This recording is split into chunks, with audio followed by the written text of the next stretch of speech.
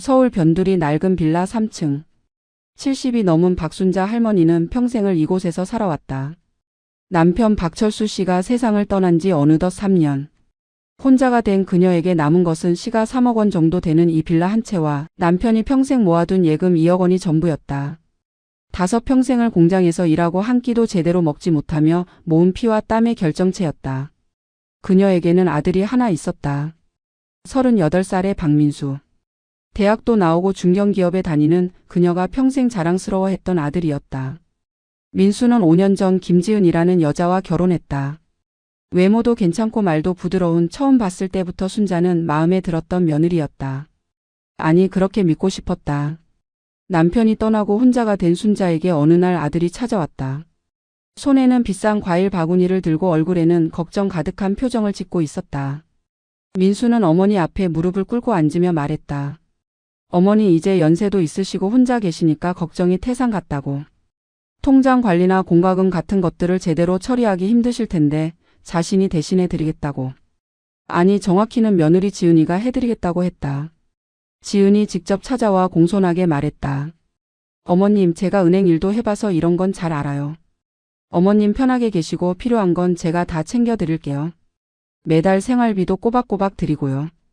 순자는 그 말이 고마웠다. 혼자 은행 가서 번호표 뽑고 기다리는 것도 힘들었고 요즘 통장이며 카드며 다 복잡해서 머리가 아팠기 때문이다. 그렇게 순자는 모든 것을 넘겼다. 통장 4개, 카드 3개, 공인인증서, 심지어 집 등기 권리증까지. 지은은 꼼꼼하게 정리하며 말했다. 어머님 걱정 마세요. 제가 어머님 재산 한 푼도 함부로 안 해요. 그저 관리만 해드리는 거예요. 순자는 고개를 끄덕였다. 가족인데 며느리인데 설마 나쁜 짓을 하겠는가. 첫 달 지은은 약속대로 생활비 50만 원을 챙겨줬다. 순자는 충분했다. 공과금 내고 식비 쓰고 병원비 조금 남겨두면 딱 맞았다. 두 번째 달도 세 번째 달도 마찬가지였다. 지은은 가끔 전화해서 어머님 괜찮으시냐고 필요한 거 없으시냐고 물었다. 순자는 그럴 때마다 감동했다. 역시 내 며느리는 다르다고 효자 며느리를 만났다고 스스로 생각했다. 그러던 어느 날 지은이 서류 몇 장을 들고 왔다. 어머님 이거 도장 좀 찍어주세요. 세금 관련된 건데 안 하면 나중에 불이익이 있을 수 있대요. 순자는 내용도 잘 모른 채 도장을 찍었다. 며느리가 알아서 하는 건데 자신이 뭘 알겠는가. 지은은 그 서류를 받아들고 환하게 웃으며 말했다. 어머님 감사해요. 제가 어머님 재산 잘 지켜드릴게요. 그날 밤 순자는 편안하게 잠들었다. 자식이 있고 며느리가 있어서 다행이라고 생각하며. 하지만 그녀는 몰랐다. 그 서류가 단순한 세금 서류가 아니라 자신의 예금을 며느리 명의로 이동시킬 수 있는 위임장이었다는 것을. 그리고 그날부터 그녀의 평생 재산이 조금씩 그러나 확실하게 다른 곳으로 흘러가기 시작했다는 것을. 순자는 여전히 아무것도 모른 채 매일 아침 일어나 창문을 열고 햇살을 바라봤다. 며느리가 챙겨준다는 안도감에 그녀는 처음으로 남편 없는 삶이 조금은 편안하다고 느끼기 시작했다. 하지만 그것은 폭풍 전의 고요함이었다. 곧 그녀의 삶은 지옥으로 변할 것이었다. 6개월이 지났다. 순자는 여전히 빌라에서 혼자 살고 있었다. 지은은 매달 정확하게 생활비를 입금해줬다. 하지만 순자는 뭔가 이상함을 느끼기 시작했다. 생활비가 줄어들고 있었다. 처음에는 50만 원이었는데 어느새 40만 원이 됐고 최근에는 35만 원밖에 들어오지 않았다. 순자는 아들에게 조심스럽게 전화를 걸었다. 민수야 생활비가 좀 줄어든 것 같은데. 아들은 짜증 섞인 목소리로 대답했다. 엄마 요즘 경기가 얼마나 안 좋은데요. 저희도 애 키우느라 돈 많이 들어가고. 그렇게 말하면서 엄마도 좀 이해해달라고 했다. 순자는 더 이상 말하지 못했다. 가족인데 아들인데 며느리인데. 그들도 힘들다는데 자신이 뭐라고 할 수 있겠는가. 하지만 생활은 점점 팍팍해졌다. 공과금은 계속 오르고 병원비도 만만치 않았다. 순자는 식비를 줄이기 시작했다. 하루 2끼만 먹고 반찬도 김치 하나로 때웠다. 가끔 이웃 할머니가 걱정하며 물었다. 순자 씨 요즘 많이 마르신 것 같은데 괜찮으세요? 순자는 억지로 웃으며 대답했다. 괜찮아요. 나이 들면 원래 이래요. 그러던 어느 날 지은이 깜짝 방문을 왔다. 손에는 비싼 백화점 쇼핑백을 들고 있었다. 순자는 반가웠다. 며느리가 자신을 위해 뭔가 사왔나 보다 싶었다. 하지만 지은은 쇼핑백을 자기 옆에 놓고는 순자에게 말했다. 어머님, 제가 오늘 쇼핑하다가 어머님 생각나서 들렀어요. 그러면서 자신이 산 옷과 가방을 자랑했다. 이거 300만 원짜리예요. 이거는 한정판이에요. 순자는 말문이 막혔다. 자신은 생활비가 부족해서 하루 두 끼를 먹고 있는데 며느리는 300만 원짜리 가방을 사고 있었다. 하지만 그녀는 참았다. 지은이 말했다. 어머님도 아시잖아요. 요즘 며느리들 외모 관리 안 하면 남편한테 무시당해요. 제가 민수 오빠 잘 받들려면 이 정도는 투자해야죠. 순자는 고개를 끄덕일 수밖에 없었다. 그날 밤 순자는 천장을 바라보며 잠을 이루지 못했다. 뭔가 잘못됐다는 생각이 들었지만 정확히 뭐가 잘못됐는지 알 수 없었다. 며느리가 자기 돈으로 산 거라면 상관없는 일이었다. 하지만 이상하게도 마음 한편이 무거웠다. 그리고 그녀는 몰랐다. 지은이 산 그 300만 원짜리 가방이 사실은 순자 자신의 예금에서 빠져나간 돈이라는 것을. 다음 달 생활비는 또 줄어들었다. 이번에는 30만 원이었다. 순자는 다시 아들에게 전화했다. 민수야, 이렇게 되면 생활이 너무 힘들어. 아들은 이번에는 더 짜증을 냈다. 엄마, 저희가 엄마 집도 관리해드리고 공과금도 대신 내드리고 얼마나 신경 쓰는데요. 생활비만 생각하지 마시고 저희가 해드리는 것도 좀 생각해 보세요. 순자는 그 말에 움찔했다. 아들 말이 맞는 것 같았다. 자신은 아무것도 안 하고 있는데 아들과 며느리는 많은 것을 해주고 있었다. 그녀는 미안함을 느꼈다. 그래, 내가 너무 이기적이었나 보다. 가족이니까 서로 이해하고 양보해야지. 그렇게 스스로를 다독였다. 하지만 현실은 가혹했다. 30만 원으로는 한 달을 버틸 수 없었다. 순자는 이웃에게 쌀을 빌리기 시작했다. 친구들과의 모임도 끊었다. 밥값이 아까웠기 때문이다. 그녀는 점점 사회에서 고립되어 갔다. 그리고 그럴수록 아들과 며느리에게 더욱 의지하게 됐다. 그들 외에는 아무도 없다고 생각했기 때문이다. 어느 날 지은이 또 찾아왔다. 이번에는 얼굴이 환했다.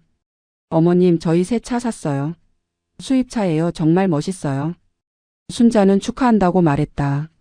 하지만 속으로는 의문이 들었다. 경기가 안 좋다고 하지 않았나?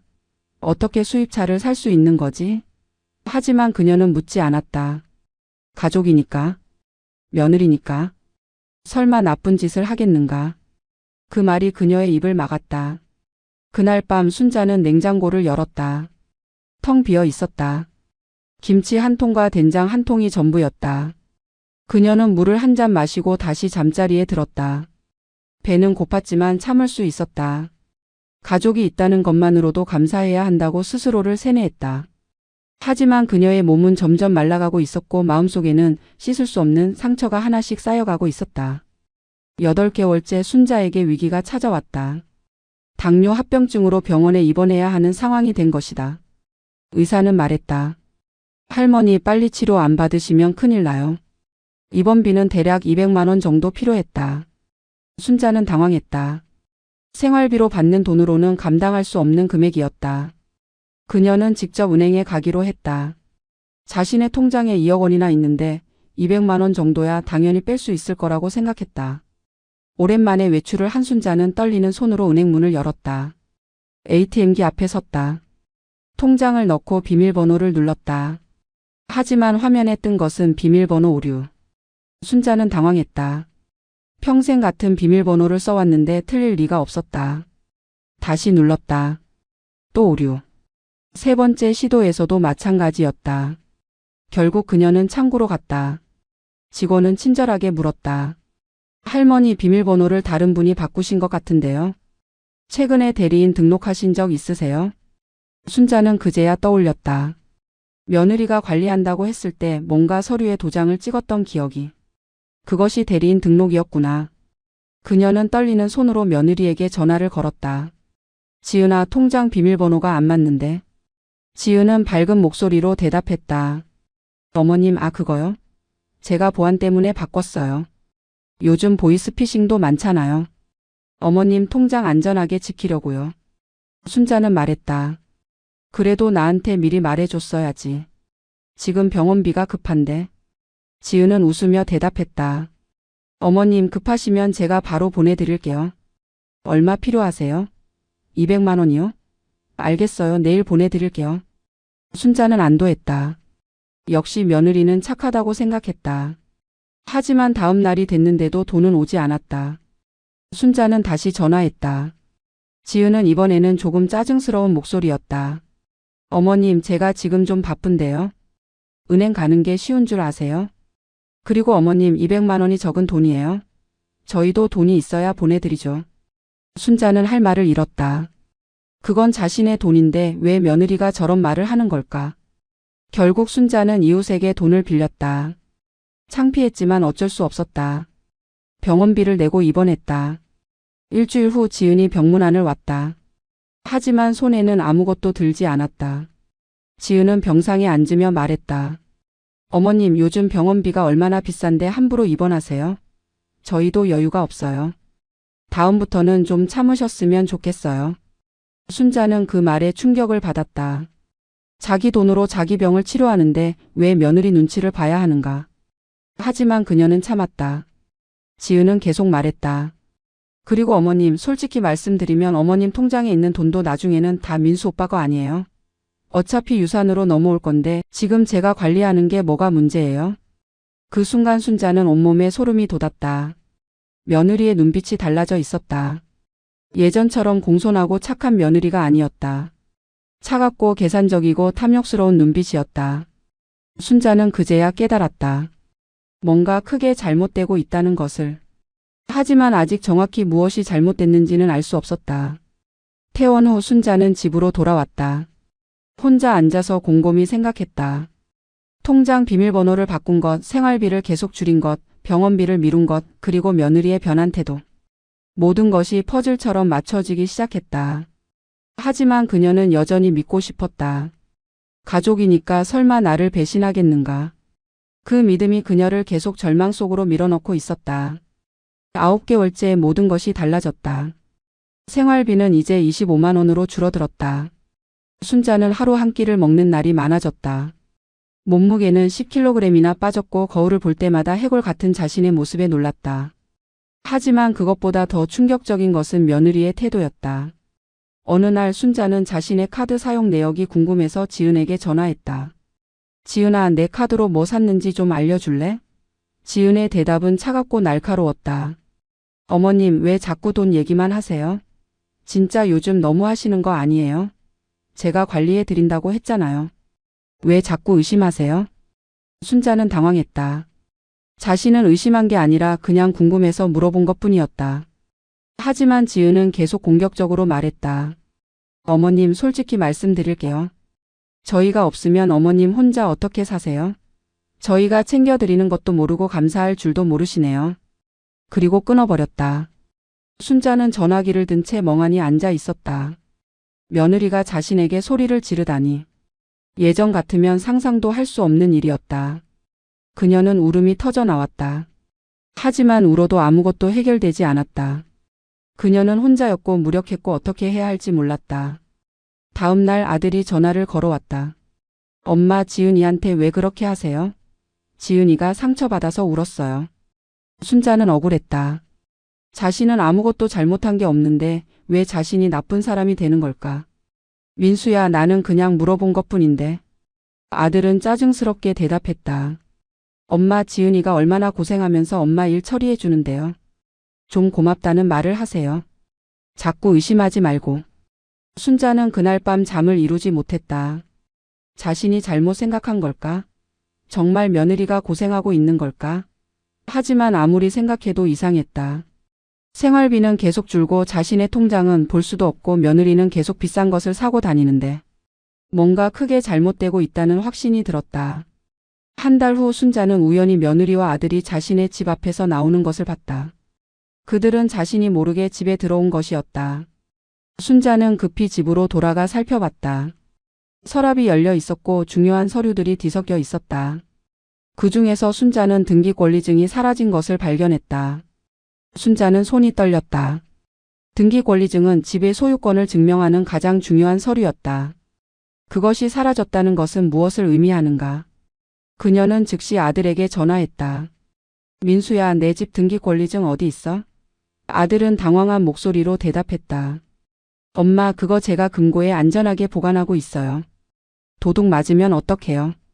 하지만 순자는 더 이상 믿을 수 없었다. 도둑 맞는 게 무섭다면 왜 자신에게 먼저 말하지 않았는가? 왜 몰래 가져간 것인가? 그녀는 떨리는 목소리로 말했다. 당장 돌려줘. 그건 내 거야. 아들은 화를 냈다. 엄마, 왜 자꾸 이러세요? 저희를 믿을 수 없어요? 진짜 너무하시네요. 그리고 전화를 끊었다. 그날부터 순자의 삶은 지옥이었다. 아들과 며느리는 더 이상 전화를 받지 않았다. 생활비도 들어오지 않았다. 그녀는 완전히 고립됐다. 냉장고는 텅 비었고 공과금도 밀리기 시작했다. 그녀는 매일 눈물을 흘리며 천장을 바라봤다. 내가 뭘 잘못한 걸까? 왜 내 인생이 이렇게 됐을까? 하지만 분명한 것은 있었다. 더 이상 가족이라는 말로 속을 수 없다는 것. 돈보다 무서운 것은 사람의 태도 변화였고 믿었던 사람의 배신이었다. 순자는 결심했다. 이대로 당할 수는 없다고. 무슨 일이 있어도 진실을 밝혀내겠다고. 10번째 달 순자는 거의 폐인이 되어 있었다. 생활비는 완전히 끊겼고 전기와 수도도 끊길 위기였다. 그녀는 이웃들에게 밥을 얻어먹으며 근근히 버텼다. 창피했지만 살기 위해서는 어쩔 수 없었다. 매일 아침 일어날 때마다 왜 자신이 이런 지경에 처했는지 이해할 수 없었다. 어느 날 오후 순자는 이웃집에서 밥을 얻어먹고 돌아오는 길이었다. 그때 아파트 주차장에서 며느리 지은을 마주쳤다. 지은은 새로 산 수입차에서 내리고 있었다. 순자는 다가가며 말했다. 지은아, 나 좀 도와줘. 생활비가 하나도 없어서. 지은은 차가운 눈빛으로 그녀를 바라봤다. 어머님, 저도 여유 없어요. 그리고는 그대로 지나쳐 버렸다. 순자는 그 자리에 멍하니 서 있었다. 새 차를 타고 다니는 며느리가 자신에게는 한 푼도 주지 않는다는 현실이 믿기지 않았다. 그때 지은의 핸드폰이 울렸다. 지은은 차 안에서 통화를 시작했는데 창문이 조금 열려 있어서 소리가 밖으로 새어나왔다. 순자는 본능적으로 귀를 기울였다. 지은의 목소리가 들렸다. 여보세요? 네, 맞아요. 반포 신축 아파트요. 중도금은 어제 넣었어요. 다음 주에 계약서 받으러 가면 되죠? 네네, 명의는 제 이름으로 해주세요. 순자는 그 순간 심장이 멎는 것 같았다. 반포 신축 아파트라면 최소 15억 원은 하는 집이었다. 며느리가 어떻게 그런 집을 살 수 있는가? 순자는 떨리는 다리로 집에 돌아왔다. 머릿속이 복잡했다. 며느리가 원래 돈이 많은 집 딸이었나?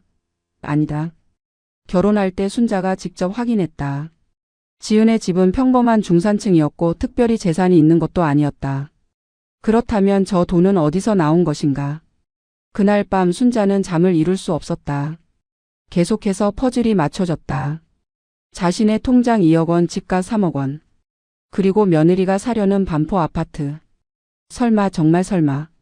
하지만 모든 증거가 그것을 가리키고 있었다. 며느리가 자신의 재산을 빼돌리고 있다는 것을. 다음 날 아침 순자는 결심했다. 직접 확인해야 한다고. 그녀는 옷을 갈아입고 은행으로 향했다. 오랜만에 제대로 된 외출이었다. 은행 창구에 앉아서 말했다. 제 계좌 거래 내역 좀 보여주세요. 직원은 신분증을 확인하고 프린트를 뽑아줬다. 그리고 순자는 그 종이를 받아들었다. 첫 페이지를 넘기는 순간 순자는 숨이 막혔다. 2억 원이 있어야 할 통장 잔액이 3천만 원밖에 남지 않았다. 1억 7천만 원이 사라진 것이었다. 거래 내역을 보니 매달 조금씩 김지은 명의의 계좌로 돈이 이체되고 있었다. 처음에는 100만 원, 200만 원 정도였지만 최근에는 한 번에 5천만 원씩 빠져나갔다. 순자의 손은 부들부들 떨렸다. 종이가 구겨질 정도로 세게 쥐었다. 직원이 걱정스럽게 물었다. 할머니 괜찮으세요? 하지만 순자는 대답할 수 없었다. 괜찮을 리가 없었다. 자신이 평생 모은 돈을 남편이 죽을 때까지 아끼며 모은 돈을 며느리가 빼돌린 것이었다. 은행을 나온 순자는 벤치에 주저앉았다. 하늘이 빙글빙글 돌았다. 어지러웠고 구역질이 났다. 하지만 동시에 분노가 치밀어 올랐다. 어떻게 사람이 이럴 수 있는가? 어떻게 가족에게 이런 짓을 할 수 있는가? 며느리라고 믿었던 그 여자가 사실은 도둑이었던 것이다. 순자는 곧바로 아들에게 전화를 걸었다. 민수야, 당장 집으로 와. 아들은 귀찮은 듯 대답했다. 엄마, 저 지금 회사인데요. 순자는 소리쳤다. 당장 와. 안 오면 내가 회사로 찾아간다. 아들은 엄마의 목소리가 심상치 않음을 느끼고는 알겠다고 대답했다. 1시간 후 아들과 며느리가 함께 집에 왔다. 순자는 떨리는 손으로 은행 거래 내역을 내밀었다. 이게 뭐야? 내 돈이 왜 지은이 통장으로 들어간 거야? 지은은 당황한 표정을 지었지만 곧 태연하게 대답했다. 어머님, 그건 어머님이 허락하신 거잖아요. 관리해달라고 하셨잖아요. 순자는 소리쳤다. 관리해달라고 했지 내 돈을 빼가라고 한 적 없어. 지은은 더 당당하게 말했다. 어머님, 어차피 나중에는 저희 돈 아니에요. 미리 받는 거랑 뭐가 달라요? 그 말에 순자는 말문이 막혔다. 며느리의 뻔뻔함이 믿기지 않았다. 순자는 아들을 바라봤다. 민수야, 내 마누라가 뭐라는지 들었어? 너는 이게 맞다고 생각해? 아들은 잠시 침묵했다. 그리고 입을 열었다. 엄마, 솔직히 말씀드릴게요. 저희도 살아야 해요. 어머님 재산 가지고만 있을 거예요? 어차피 저한테 올 돈인데 지금 쓰면 안 돼요? 그 순간 순자는 모든 것을 이해했다. 아들도 공범이었다는 것을. 아니, 어쩌면 처음부터 둘이 짠 것일 수도 있다는 것을. 그녀가 믿었던 가족은 사실 자신의 재산을 노리는 사기꾼들이었던 것이다. 순자는 그날 밤 인생에서 가장 긴 밤을 보냈다. 하지만 동시에 결심했다. 절대 이대로 끝나지 않겠다고. 다음 날 아침 순자는 다시 아들에게 전화를 걸었다. 이번에는 감정을 추스르고 최대한 차분하게 말하려고 노력했다. 민수야, 엄마가 어제는 너무 흥분해서 미안해. 하지만 우리 제대로 얘기 좀 하자. 아들은 한숨을 쉬며 대답했다. 엄마, 또 그 얘기예요? 순자는 참을성 있게 말했다. 민수야, 엄마가 지은이한테 돈 관리 맡긴 건 맞아. 하지만 1억 7천만 원을 빼가는 건 너무한 거 아니니? 그 돈은 엄마가 앞으로 병원비랑 생활비로 써야 하는 돈이야. 아들은 짜증스럽게 대답했다. 엄마, 그러니까 어차피 엄마 쓰실 돈 아니에요? 저희가 미리 받아서 집 사고 나중에 엄마 모실 준비하는 거잖아요. 순자는 어이가 없었다. 모실 준비라니? 지금 자신은 굶어 죽을 지경인데 무슨 모실 준비란 말인가. 민수야, 엄마 지금 생활비도 없어서 밥도 제대로 못 먹고 있어. 그것도 몰랐어? 아들은 냉정하게 말했다. 엄마, 그건 엄마가 돈을 아껴 쓰지 않아서 그런 거 아니에요? 저희가 매달 드렸잖아요. 순자는 목이 메었다. 25만 원으로 어떻게 한 달을 살라는 건지 아들은 정말 모르는 걸까? 아니면 알면서도 모른 척하는 걸까? 순자는 다시 말했다. 민수야, 엄마 통장이랑 집 등기 권리증 다시 돌려줘. 엄마가 직접 관리할게. 아들의 목소리가 차갑게 변했다. 엄마, 그거는 안 돼요. 엄마 나이에 무슨 관리를 해요? 실수로 사기꾼한테 다 뜯길 거예요. 순자는 황당했다. 사기꾼은 누구인가? 바로 눈앞에 있는 아들과 며느리가 아닌가. 하지만 아들은 계속 말했다. 그리고 엄마, 솔직히 말씀드릴게요. 요즘 엄마 정신 상태가 좀 이상하신 것 같아요. 자꾸 같은 말 반복하시고 이상한 의심하시고. 혹시 치매 검사 받아보실래요? 순자는 충격을 받았다. 자신을 치매 환자 취급하다니. 아들은 그 말로 자신의 행동을 정당화하려는 것이었다. 엄마가 정신이 이상해서 자신들이 재산을 관리할 수밖에 없다고 만들려는 것이었다. 순자는 떨리는 목소리로 말했다. 민수야, 엄마 정신 멀쩡해. 내가 지금 뭐 하는 건지 다 알아. 아들은 한숨을 쉬었다. 엄마, 알겠어요. 엄마가 그렇게 나오시면 저희도 어쩔 수 없죠. 하지만 명심하세요. 저희가 없으면 엄마 혼자 어떻게 사실 건데요? 그리고 전화를 끊어버렸다. 순자는 전화기를 든 채 한참을 멍하니 앉아 있었다. 아들의 그 차가운 목소리가 계속 귓가에 맴돌았다. 오후가 되자 며느리 지은이 전화를 걸어왔다. 하지만 이번에는 목소리가 달랐다. 어머님, 제가 솔직하게 말씀드릴게요. 어머님이 계속 이렇게 나오시면 저희도 생각이 있어요. 순자는 물었다. 무슨 생각? 지은은 냉소적으로 웃으며 대답했다. 어머님 정신 상태가 이상하다고 법원에 후견인 신청할 수도 있어요. 그러면 어머님 재산은 완전히 저희가 관리하게 되죠. 순자는 온몸에 소름이 돋았다. 성년 후 견제도를 악용하려는 것이었다. 그녀가 정신이 이상하다고 법원에 신청하면 법적으로 자신의 재산을 완전히 빼앗길 수 있었다. 지은은 계속 말했다. 물론 저희는 그러고 싶지 않아요. 어머님만 조용히 계시면 돼요. 저희가 알아서 잘 관리해 드릴게요. 그리고 전화를 끊었다. 순자는 그날 밤 한숨도 자지 못했다. 두려웠다. 아들과 며느리가 정말로 법적 조치를 취하면 어떻게 하나. 자신은 혼자고 늙었고 힘도 없었다. 반면 그들은 젊고 지식도 있고 돈도 있었다. 싸워서 이길 수 있을까? 하지만 동시에 분노도 솟구쳤다. 평생을 검소하게 살며 모은 돈을 남편과 함께 피땀 흘려 산 집을 이렇게 쉽게 빼앗길 수는 없었다. 순자는 거울을 보았다. 해골처럼 마른 자신의 얼굴이 보였다. 하지만 눈빛만큼은 살아 있었다. 그녀는 다짐했다. 절대 포기하지 않겠다고. 다음 날 순자는 이웃 할머니에게 조심스럽게 물었다. 혹시 변호사 아는 분 있어요?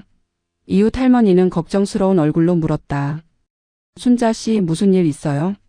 순자는 모든 것을 털어놓았다. 이웃 할머니는 듣고 나서 분개했다. 어떻게 자식이 그럴 수가 있어? 당장 경찰에 신고해야 해. 하지만 순자는 망설였다. 경찰에 신고하면 아들이 범죄자가 된다. 그래도 자신의 아들인데 그렇게 할 수 있을까? 이웃 할머니는 단호하게 말했다. 순자 씨, 그 사람들은 이미 어머님을 가족으로 안 보고 있어요. ATM으로 보고 있다고요. 어머님도 이제는 자신을 지켜야 해요. 그 말이 순자의 마음을 움직였다. 맞다. 그들은 이미 자신을 가족으로 보지 않았다. 단지 돈이 있는 늙은이로 볼 뿐이었다. 그렇다면 자신도 더 이상 가족이라는 말에 속아서는 안 됐다. 순자는 결심했다. 법의 힘을 빌리기로. 비록 아들과의 관계가 끝날지라도 자신의 인생만큼은 지켜내기로. 순자는 떨리는 손으로 노트에 계획을 적기 시작했다. 첫째, 모든 증거를 확보한다. 둘째, 법률 상담을 받는다. 셋째, 법적 조치를 시작한다. 70이 넘은 나이에 이런 일을 해야 한다는 것이 비참했지만 선택의 여지가 없었다. 다음 날 아침 순자는 다시 은행을 찾았다. 이번에는 모든 계좌의 거래 내역을 요청했다. 지난 1년치 전부. 직원은 프린트를 뽑아주며 걱정스럽게 물었다. 할머니 혹시 금융사기 당하신 건 아니죠? 순자는 쓸쓸하게 웃으며 대답했다. 가족한테 당했어요. 프린트를 받아든 순자는 카페에 앉아서 한 장 한 장 확인했다. 첫 번째 계좌. 2억 원이 있던 통장에서 매달 조금씩 돈이 빠져나갔다. 김지은 명의로. 처음에는 100만 원, 그 다음엔 200만 원, 그리고 점점 금액이 커져서 최근에는 한 번에 5천만 원씩 이체됐다. 총액을 계산하니 1억 7천만 원이었다. 두 번째 계좌. 이것은 남편이 생전에 비상금으로 모아둔 통장이었다. 5천만 원이 있어야 하는데 잔액은 0원이었다. 전부 김지은 계좌로 이체됐다. 세 번째 계좌. 적금 통장이었는데 중도 해지되어 3천만 원이 역시 김지은 계좌로 들어갔다. 순자는 계산기를 두드렸다. 총 2억 5천만 원이 사라졌다. 순자는 눈물을 참으며 다음 장소로 향했다. 등기소였다. 자신의 집 등기부등본을 열람하기 위해서였다. 담당 직원에게 신청서를 냈고 10분 후 서류를 받았다. 그리고 그 서류를 보는 순간 순자는 의자에서 쓰러질 뻔했다. 등기부에 근저당권이 설정되어 있었다. 2억 원짜리 근저당권이었다. 채권자는 은행이었고 채무자는 박민수와 김지은이었다. 순자는 이해할 수 없었다. 자신의 집에 왜 아들과 며느리 이름으로 대출이 설정되어 있는가. 그리고 곧 깨달았다. 그 서류들, 자신이 도장을 찍었던 서류들이 이것이었구나. 순자는 등기소 직원에게 물었다. 이거 언제 설정된 거예요? 직원은 확인하고 대답했다. 6개월 전이네요. 할머니께서 직접 도장 찍으신 거 맞죠? 순자는 고개를 끄덕일 수밖에 없었다. 자신이 직접 도장을 찍었으니까. 하지만 그때는 이게 뭔지 몰랐다. 며느리가 세금 관련 서류라고 속였으니까. 순자는 집으로 돌아와 모든 서류를 펼쳐놓고 정리했다. 은행 거래 내역, 등기부등본, 그리고 자신이 보관하고 있던 몇 안 되는 영수증들. 증거는 충분했다. 아들과 며느리가 자신의 재산을 체계적으로 빼돌렸다는 증거였다. 그날 오후 순자는 구청 법률 상담소를 찾았다. 무료로 변호사 상담을 받을 수 있는 곳이었다. 대기실에는 그녀처럼 어려운 처지에 있는 사람들이 많았다. 1시간을 기다린 끝에 순자는 상담실로 들어갔다. 젊은 여성 변호사가 앉아 있었다. 순자는 떨리는 손으로 서류를 내밀며 모든 것을 설명했다. 변호사는 서류를 꼼꼼히 살펴보고는 심각한 표정을 지었다. 할머니, 이건 명백한 재산 침해예요. 횡령과 배임에 해당될 수 있어요. 순자는 물었다. 그런데 내가 도장을 찍은 것도 문제가 되나요? 변호사는 고개를 저었다. 아니요. 할머니께서 도장을 찍으셨더라도 그게 무엇인지 제대로 설명을 듣지 못했고 동의하지 않았다면 무효가 될 수 있어요. 특히 근저당권 설정 같은 경우는 심각한 문제예요. 변호사는 계속 설명했다. 할머니께서 며느리에게 재산 관리를 위임하신 건 맞지만 그건 관리만 하라는 거지 자기 마음대로 쓰라는 게 아니잖아요. 며느리는 그 위임 권한을 남용해서 할머니 재산을 횡령한 거예요. 이건 형사처벌도 가능해요. 순자는 가슴이 두근거렸다. 희망이 보이기 시작했다. 하지만 동시에 두려웠다. 변호사님, 그런데 제가 아들을 고소하면 아들이 전과자가 되는 거 아닌가요? 변호사는 조심스럽게 대답했다. 네, 그럴 수 있어요. 하지만 할머니, 지금 상황에서는 할머니가 선택하셔야 해요. 아들을 지킬 것인가 아니면 할머니 자신을 지킬 것인가. 그 말에 순자는 오랜 시간 침묵했다. 변호사는 기다려 주었다. 순자는 창밖을 바라보며 생각했다. 남편이 살아있다면 뭐라고 했을까? 아마도 이렇게 말했을 것이다. 당신 인생은 당신 거요. 아무도, 심지어 자식도 당신 인생을 빼앗을 권리는 없소. 순자는 고개를 돌려 변호사를 바라봤다. 그리고 단호하게 말했다. 진행해 주세요. 제가 저를 지키겠어요. 변호사는 고개를 끄덕이며 말했다. 잘 결정하셨어요. 할머니, 제가 도와드릴게요. 순자는 그날 인생에서 가장 용기 있는 선택을 했다. 상담을 마치고 나온 순자는 벤치에 앉아 하늘을 올려다봤다. 구름이 천천히 흘러가고 있었다. 그녀는 생각했다. 이제 시작이다. 길고 힘든 싸움이 될 것이다. 하지만 물러설 수 없다. 자신의 남은 인생을 위해서, 남편의 명예를 위해서, 그리고 무엇보다 자신의 존엄을 위해서. 순자는 일어섰다. 그리고 집으로 향하는 버스에 올랐다. 이제 진짜 전쟁이 시작됐다. 일주일 후 순자는 내용 증명을 발송했다. 변호사가 작성해준 문서였다. 내용은 명확했다. 김지은은 위임받은 권한을 남용하여 박순자의 재산 총 2억 5천만 원을 횡령했으며 30일 이내에 전액을 반환하라는 것이었다. 만약 반환하지 않을 경우 형사고소와 민사소송을 진행하겠다는 경고도 포함되어 있었다. 내용 증명이 발송된 다음 날 순자의 집 초인종이 미친 듯이 울렸다. 문을 열자 며느리 지은이 서 있었다. 그녀의 얼굴은 일그러져 있었고 손에는 내용 증명 서류를 쥐고 있었다. 지은은 순자를 밀치며 집 안으로 들어왔다. 어머님, 이게 대체 뭐예요? 어떻게 저한테 이럴 수 있어요? 순자는 차분하게 대답했다. 내 돈 돌려줘. 2억 5천만 원 전부. 지은은 비웃듯이 웃었다. 어머님, 정신 차리세요. 그 돈은 어머님이 저한테 관리하라고 주신 거예요. 증거도 다 있어요. 어머님 도장 찍힌 서류들 말이에요. 순자는 고개를 저었다. 관리하라고 했지 내 마음대로 쓰라고 한 적 없어. 그건 횡령이야. 지은의 얼굴이 굳어졌다. 그녀는 순자 앞에 무릎을 꿇고 울기 시작했다. 어머님, 제발요. 저 이러다가 감옥 가요. 제발 고소 취하해 주세요. 제가 잘못했어요. 하지만 순자는 더 이상 속지 않았다. 지은의 눈물이 진짜가 아니라는 것을 알았다. 그저 자신을 조종하기 위한 수단일 뿐이라는 것을. 순자는 단호하게 말했다. 돈 돌려주면 생각해 볼게. 30일 안에. 지은은 울음을 멈추고 천천히 일어났다. 그녀의 얼굴에서 눈물은 사라지고 대신 차가운 증오가 가득했다.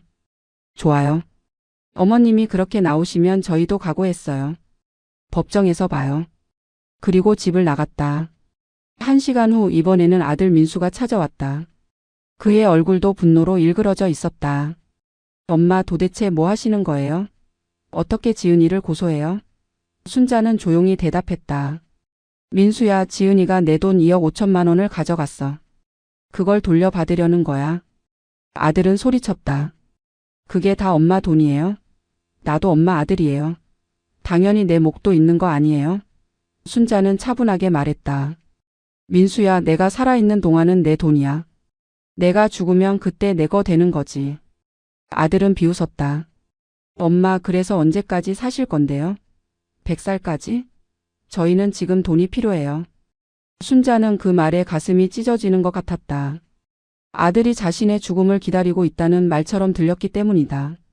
민수야, 너 지금 무슨 말 하는 거니? 아들은 더 격하게 말했다. 엄마가 이렇게 나오시니까 저희도 어쩔 수 없어요. 엄마 정신 상태 이상하다고 법원에 후견인 신청할 거예요. 그럼 엄마 재산 전부 제가 관리하게 돼요. 순자는 예상했던 말이었지만 직접 들으니 충격이었다. 민수야, 내가 정말 그럴 거니? 아들은 단호하게 대답했다. 네, 엄마가 계속 이러시면요. 엄마 고소 취하하세요. 그럼 모든 게 원래대로 돌아가요. 순자는 고개를 저었다. 안 돼. 나는 내 권리를 찾을 거야. 아들은 화가 나서 문을 박차고 나갔다. 순자는 그 자리에 주저앉아 한참을 울었다. 하지만 눈물을 닦고 일어섰다. 울어도 아무것도 해결되지 않았다. 그녀는 변호사에게 전화를 걸었다. 변호사님, 아들이 성년 후견인 신청하겠다고 협박해요. 변호사는 침착하게 대답했다. 할머니 걱정 마세요. 할머니는 정신이 멀쩡하세요. 후견인 신청해도 기각될 거예요. 변호사는 계속 설명했다. 오히려 그렇게 협박한 것도 증거가 돼요. 협박 내용을 녹음하셨으면 더 좋고요. 순자는 안도했다. 다행히 아들과의 대화를 핸드폰으로 녹음해뒀다. 변호사는 말했다. 완벽해요. 할머니, 우리가 이길 거예요. 그날부터 순자의 삶은 전쟁터가 됐다. 아들과 며느리는 매일같이 전화로 협박했다. 어떨 때는 울면서 애원하고 어떨 때는 화를 내며 저주했다. 하지만 순자는 흔들리지 않았다. 모든 통화를 녹음했고 문자 메시지도 캡처해서 저장했다. 그것이 모두 증거가 될 것이었다. 2주가 지났다. 30일 기한이 절반 지났지만 아무도 돈을 돌려주지 않았다. 순자는 변호사와 함께 경찰서로 갔다. 횡령과 배임으로 정식 고소장을 제출하기 위해서였다.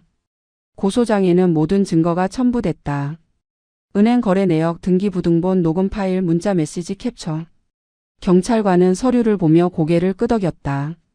할머니, 이건 명백한 범죄예요. 수사 시작하겠습니다. 고소장이 접수된 다음 날 순자는 또 다른 조치를 취했다. 법원에 가처분 신청을 한 것이었다. 며느리 명의로 된 모든 재산을 동결하고 집의 근저 당권을 취소하는 가처분이었다. 변호사는 말했다. 할머니, 이렇게 하면 며느리가 할머니 돈으로 산 아파트도 못 받게 돼요.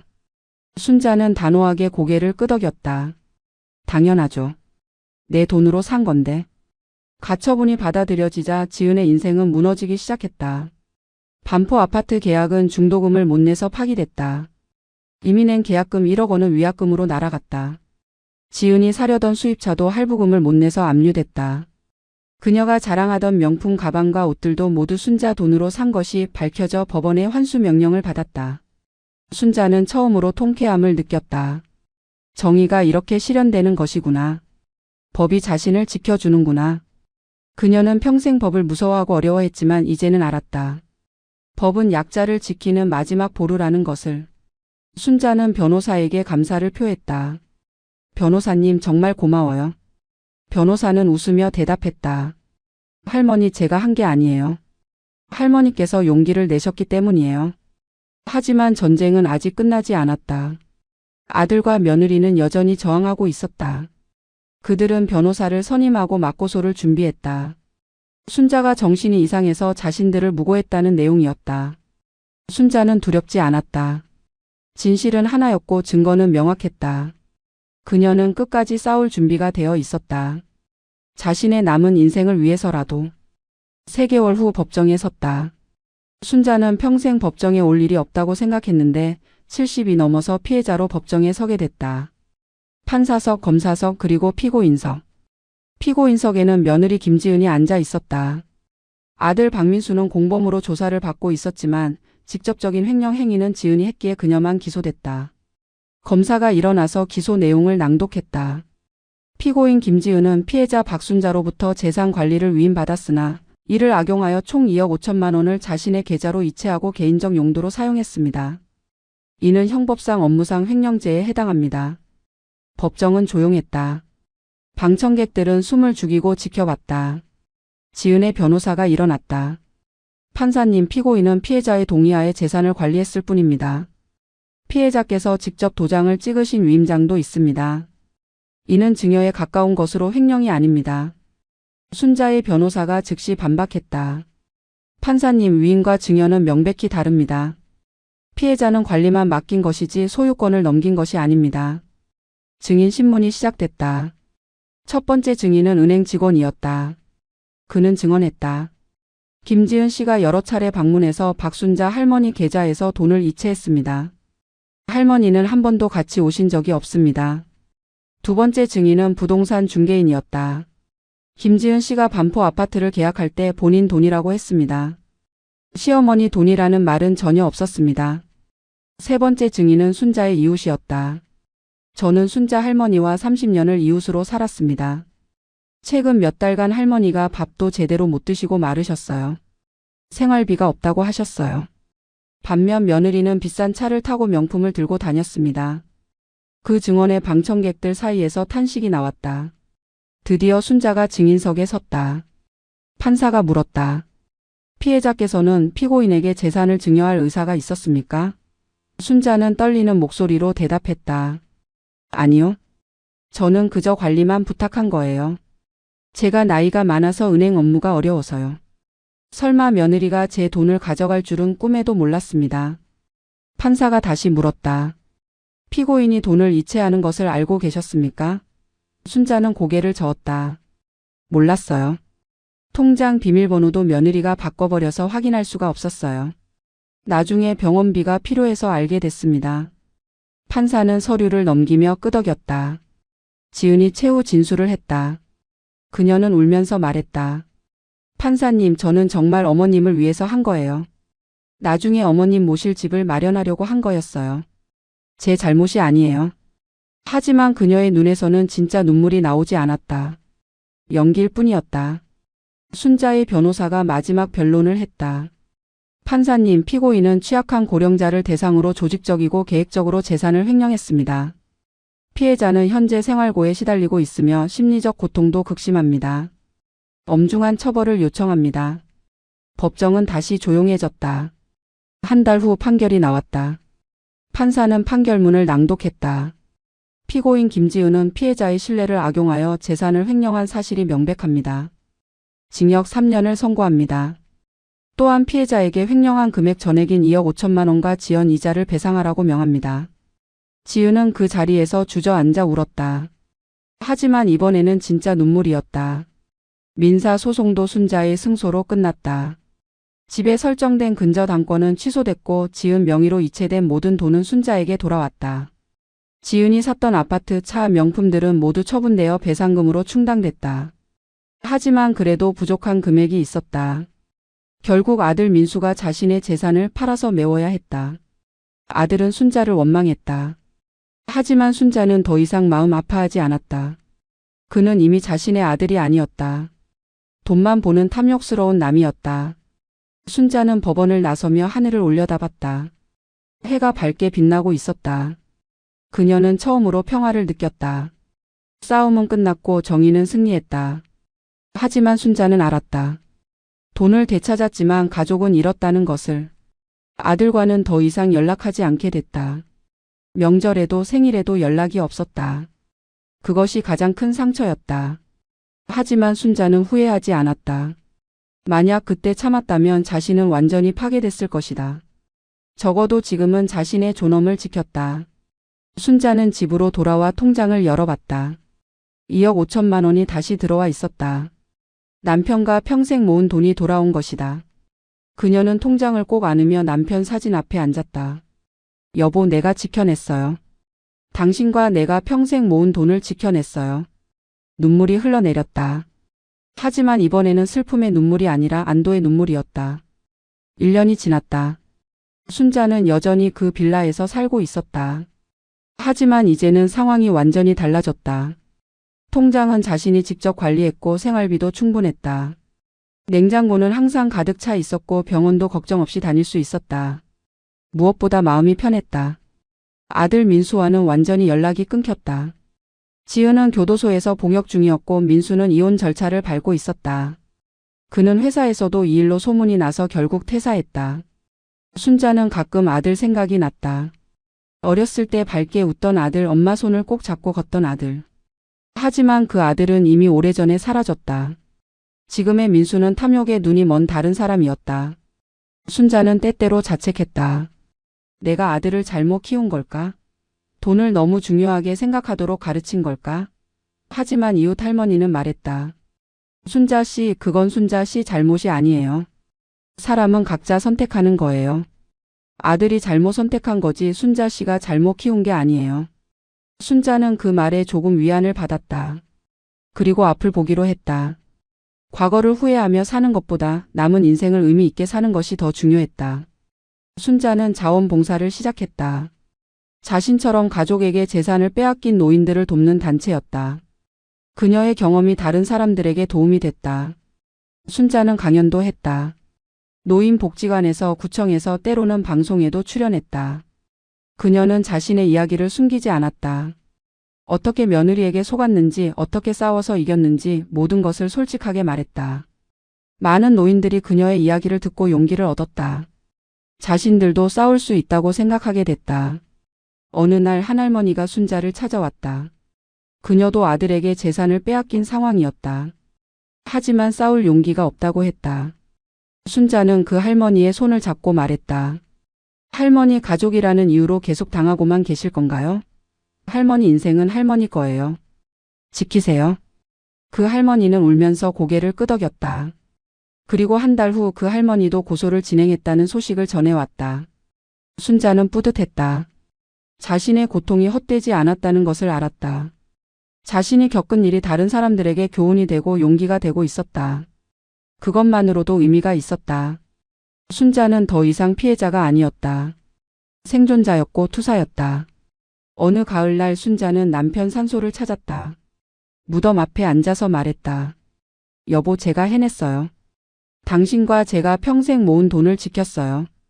힘들었지만 포기하지 않았어요. 바람이 불어와 나뭇잎을 흔들었다. 순자는 그것이 남편의 대답이라고 생각했다. 잘했다고, 고생했다고, 사랑한다고. 순자는 집으로 돌아와 거울을 봤다. 주름진 얼굴이 보였다. 하지만 눈빛만큼은 살아 있었다. 예전보다 더 강해 보이는 눈빛이었다. 그녀는 미소 지었다. 이제 무서운 것이 없었다. 인생에서 가장 큰 배신을 겪었고 그것을 이겨냈다. 더 이상 두려울 것이 없었다. 순자는 노트를 꺼내서 글을 쓰기 시작했다. 자신의 이야기를 책으로 만들기로 한 것이다. 제목은 이미 정했다. 늦었지만 지켜낸 것들. 그녀는 펜을 들고 첫 문장을 적었다. 나는 70이 넘어서 인생에서 가장 큰 싸움을 시작했다. 가족과의 싸움이었다. 글을 쓰면서 순자는 깨달았다. 자신이 지켜낸 것은 단지 돈이 아니었다는 것을. 자신의 존엄이었고 자존감이었고 인간으로서의 권리였다. 그것이 가장 소중한 것이었다. 돈은 잃으면 다시 벌 수 있지만 존엄은 한 번 잃으면 다시 찾기 어렵다. 순자는 창밖을 바라봤다. 해가 지고 있었다. 노을이 아름다웠다. 그녀는 생각했다. 자신의 인생도 노을 같다고. 저물어 가지만 그래서 더 아름답다고. 순자는 책상으로 돌아와 다시 글을 썼다. 그녀에게는 아직 할 일이 많았다. 자신처럼 고통받는 노인들을 돕고 자신의 경험을 나누고 세상에 경각심을 주는 것. 밤이 깊어갔다. 순자는 불을 끄고 잠자리에 들었다. 오랜만에 편안한 잠이었다. 악몽도 없었고 불안도 없었다. 그녀는 평화로웠다. 비록 가족은 잃었지만 자신을 지켜냈다. 그것으로 충분했다. 다음 날 아침 순자는 활기차게 일어났다. 오늘도 할 일이 많았다. 복지관에서 강연이 있었고 오후에는 변호사와 미팅이 있었다. 노인 재산 보호를 위한 제도 개선을 논의하는 자리였다. 순자는 단순한 피해자로 끝나지 않았다. 변화를 만드는 사람이 되기로 했다. 순자는 옷을 갈아입고 거울 앞에 섰다. 그리고 자신에게 말했다. 박순자, 당신은 강하다. 당신은 해냈다. 자랑스럽다. 그녀는 미소를 지으며 집을 나섰다. 새로운 하루가 시작됐다. 비록 늦었지만 그녀는 자신의 인생을 되찾았다. 그리고 그것을 지켜낼 것이다. 끝까지.